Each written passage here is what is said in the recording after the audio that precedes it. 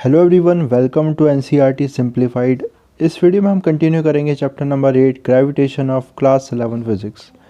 अभी तक हम केपलर लॉस की बात कर चुके हैं इस चैप्टर पे, ठीक है। और जो हमारा नेक्स्ट टॉपिक है इस चैप्टर का वो है यूनिवर्सल लॉ ऑफ ग्रेविटेशन। तो समझते हैं यूनिवर्सल लॉ ऑफ ग्रेविटेशन को। तो स्टार्ट करते हैं NCERT line by line explanation. Legend has it that observing an apple falling from a tree, Newton was inspired to arrive at an universal law of gravitation that led to an explanation of terrestrial gravitation as well as Kepler laws। ठीक है, तो हम सभी को ये story पता है कि न्यूटन के सर पे एक एप्पल गिरा था और वहीं से उनको इंस्पिरेशन मिली थी यूनिवर्सल लॉ ऑफ ग्रेविटेशन को बनाने में। ओके, और जो जिसकी वजह से हम जो ग्रेविटेशन है उसको एक्सप्लेन कर सकते हैं, साथ ही साथ केपलर के लॉ है उनको भी वो एक्सप्लेन कर सकते हैं। Okay, so Newton reasoning was that the moon revolving in an orbit of radius r was subject to a centripetal acceleration due to our gravity of magnitude। ठीक है, तो न्यूटन क्या किस तरह से ये लॉ उन्होंने सोचा था, ओके, डिराइव किया था, उसके बारे में हम समझेंगे। ठीक है, तो मून क्या कर रहा है, अर्थ के अराउंड एक रेडियस में रिवॉल्व कर रहा है। कितनी रेडियस में, तो RM रेडियस में सपोज रिवॉल्व कर रहा है। ओके, और उस पर क्या लग रहा है, ऑब्वियसली क्योंकि जब रिवॉल्व कर रहा है एक सर्कुलर पाथ में तो सेंट्रीपिटल अर्थ एक्सेलरेशन लग रहा है उस पर। ठीक है, सो मून अर्थ के अराउंड किस ऑर्बिट में किस रेडियस में रिवॉल्व कर रहा है, आंसर है इस RM रेडियस में रिवॉल्व कर रहा है। ओके, और V स्पीड से मूव रिवॉल्व कर रहा है अराउंड द अर्थ। ओके, इसके बाद अब आप देखोगे कि वेलोसिटी, ठीक है, वेलोसिटी को हम क्या लिख सकते हैं, वेलोसिटी विल बी 2πr/t। ठीक है, एक रिवॉल्यूशन करने में, देखो अगर मून जब एक रिवॉल्यूशन करता है अर्थ के अराउंड, ठीक है, तो उसको कितना टाइम लगेगा, जो टाइम लगेगा उसे हम क्या बोलते हैं, टाइम पीरियड बोलते हैं। ओके, और एक रिवॉल्यूशन होगा इतना सरकमफ्रेंस कवर करेगा, कितना डिस्टेंस कवर करेगा, तो एक सरकमफ्रेंस करेगा 2πrm करेगा। ठीक है, तो जो वेलोसिटी है, स्पीड है, उसको क्या सकते हैं, डिस्टेंस अपॉन टाइम, तो ये सरकमफ्रेंस अपॉन टाइम पीरियड। तो हम इसमें v को रिप्लेस कर देंगे 2πr से अपॉन t से, स्क्वायरिंग कर देंगे उसका तो आ जाएगा 4π²rm/t²। ओके, तो ये acceleration of the centimetre acceleration, जिस सेंटीमीटर एक्सेलरेशन से मून अर्थ के अराउंड रिवॉल्व कर रहा है वो ये रहा। The time period capital T is about 27.3 days. देखिए, और टाइम पीरियड हमें पता था, तब भी पता था मून का कि 27.3 डेज है। RM was already known then to be about 3.84 into 10⁸ metre. ठीक है, तो अर्थ से मून का कितना डिस्टेंस है, किस रेडियस में रिवॉल्व कर रहा है, कितना डिस्टेंस है उनके बीच में, वो उस समय तक पता चल चुका था, जो कि कितना है 3.84 into 10⁸ metre. If we substitute these numbers in equation number 8.3, we get a value am much smaller than the value of acceleration due to gravity g on the surface of the earth, rising also due to our gravitational attraction। ठीक है, तो अगर हम इस value को substitute करेंगे यहाँ पर, तो जो एक्सेलरेशन की वैल्यू जो मिलेगी, जो मून पे एक्सेलरेशन लग रहा है, सेंटीमीटर एक्सेलरेशन, वो काफ़ी कम होगा जो कि अर्थ पे एक्सेलरेशन लग रहा है। अर्थ पे जो एक्सेलरेशन जी लग रहा है उससे ये काफ़ी कम होगा, ऑब्वियसली बात है भी, क्योंकि डिस्टेंस ज़्यादा है मून का। ओके, और इसमें देखो फिर इसके बाद now this clearly shows that a force due to earth gravity decreases with distance. और इससे हमें बिल्कुल पता चला कि डिस्टेंस के बढ़ने के साथ जो अर्थ की ग्रेविटी है, जो फोर्स है अर्थ की ग्रेविटी की वजह से, वो डिक्रीज कर रहा है। ठीक है, if one assume that the gravitation force due to the earth decreases in proportion to the inverse square of the distance from the center of the earth। ठीक है, अगर हम assume करें जो फोर्स है वो कैसे डिक्रीज कर रहा है, इनवर्स स्क्वायर। ठीक है, डिस्टेंस का 1 डिस्टेंस का स्क्वायर डिक्रीज कर रहा है। यहाँ से देखो क्या आ जाएगा, जो AM है, acceleration on moon will be proportional to जो डिस्टेंस है उसके स्क्वायर के प्रोपोर्शनल डिक्रीज करेगा, और जो ऑब्वियसली जो acceleration due to gravity on on earth, this will be proportional to the radius of 1/, radius of earth का स्क्वायर। ठीक है, तो अगर हम इन दोनों का रेशो ले लें यहाँ पर, ठीक है, तो और ये g की वैल्यू, ठीक है, g की वैल्यू हमें कैसे पता चली, g की वैल्यू अभी हमें पता है 9.8 होती है, और am की वैल्यू जो हमने अभी इक्वेशन यहाँ देखी, इससे हमने इसको फाइंड आउट किया। ठीक है, ओके, तो यहाँ से हमने इसको फाइंड आउट किया इस इक्वेशन से। ओके, और तो ये क्या कर रही है, ये किसके इक्वल आ रहा है, ये कांस्टेंट 3600, और जो इसको भी सेटिस्फाई कर रहा है R M square upon R square. इसका मतलब इनवर्स स्क्वायर लॉ जो अजम्पशन था हमारा वो ट्रू है। ओके, तो यहाँ से उनको आइडिया आया कि किस तरह से उन्होंने डिराइव किया कि इनवर्स स्क्वायर लॉ को फॉलो करता है ग्रेविटेशनल फोर्स। ओके, इसके बाद आगे बढ़ेंगे। This observation led Newton to propose the following universal law of gravitation, और इसी से उन्होंने यूनिवर्सल लॉ ऑफ ग्रेविटेशन दिया, जो आप सभी को पता है, every body in the universe attracts every other body with a force which is directly proportional to the product of their masses and inversely proportional to the square of the distance between them. ठीक है, हर एक object इस universe में एक दूसरी object को attract करता है, और ये फोर्स जो है उनके मासेस के प्रोडक्ट के प्रोपोर्शनल है। बॉडी का मासेस अगर ज़्यादा होगा तो ये फोर्स ज़्यादा लगेगा, और इन्वर्सली प्रोपोर्शनल है स्क्वायर ऑफ डिस्टेंस के, डिस्टेंस बढ़ता जाएगा वैसे वैसे फोर्स भी कम होता जाएगा। ठीक है, स्क्वायर टाइम्स कम होता जाएगा, ये आप सभी को पता है।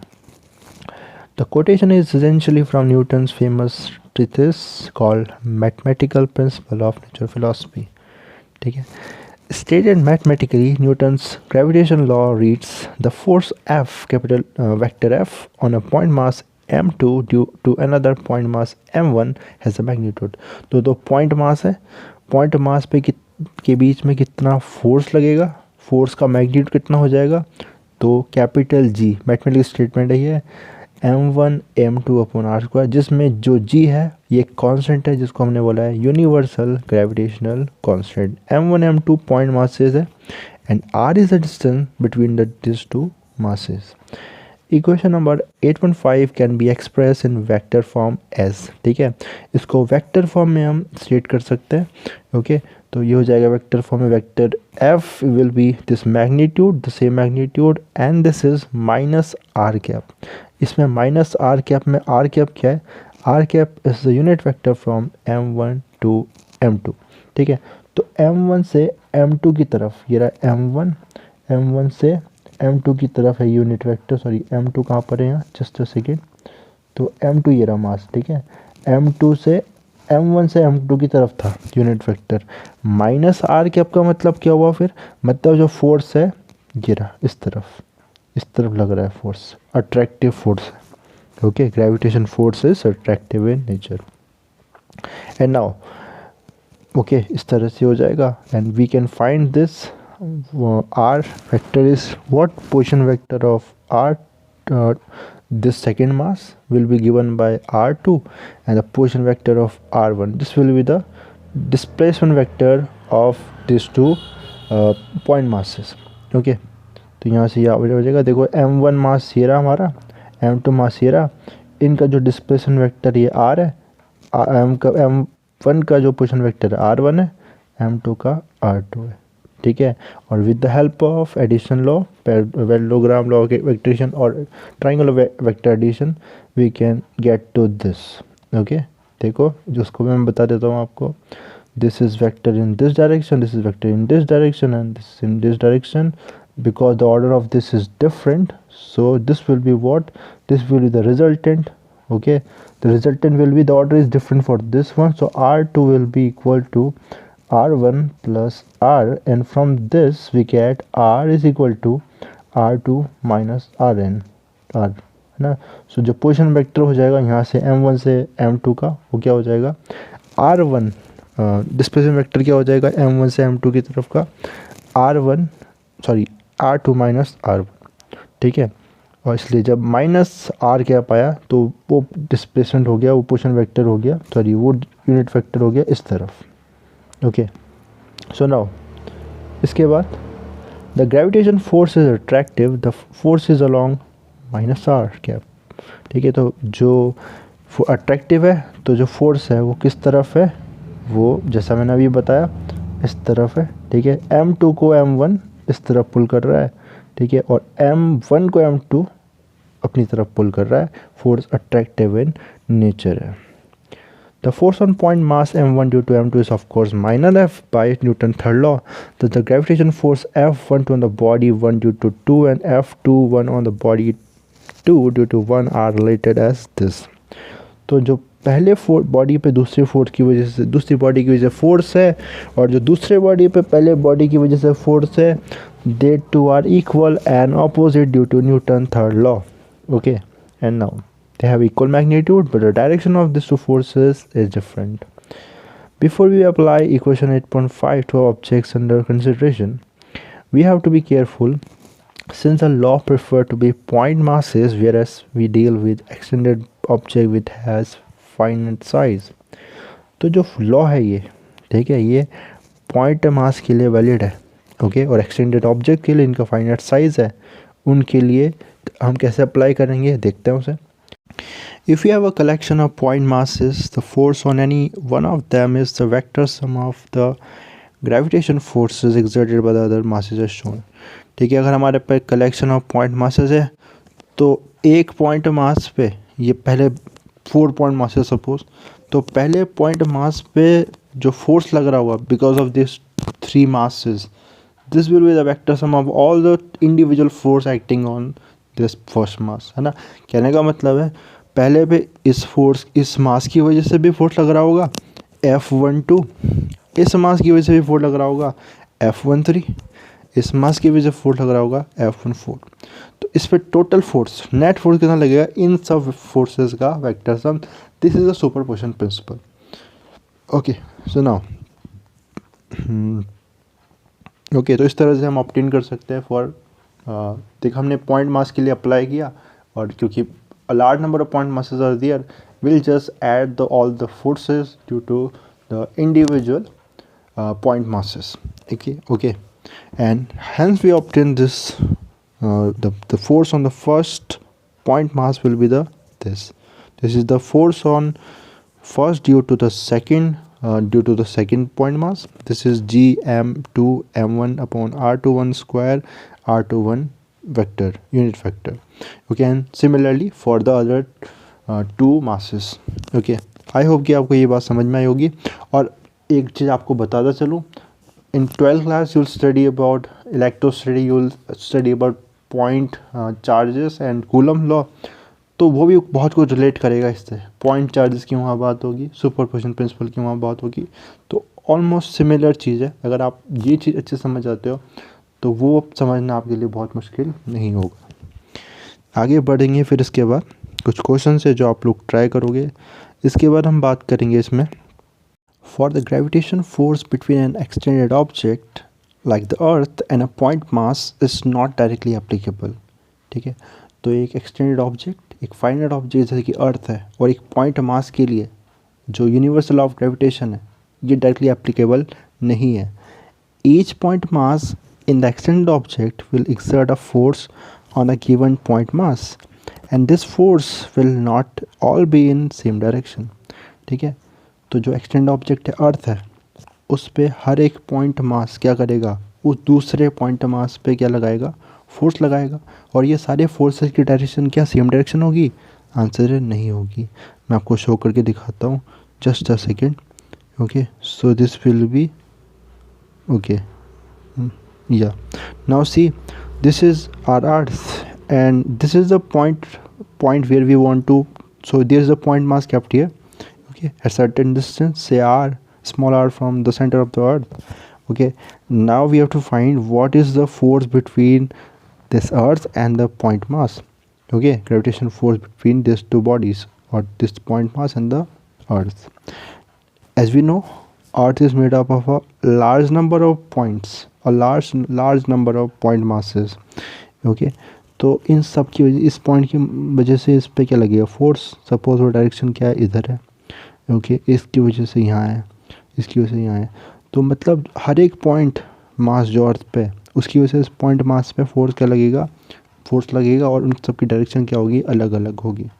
Okay, so now We have to add up these forces vectorially for all the point masses in the extended object to get the total force.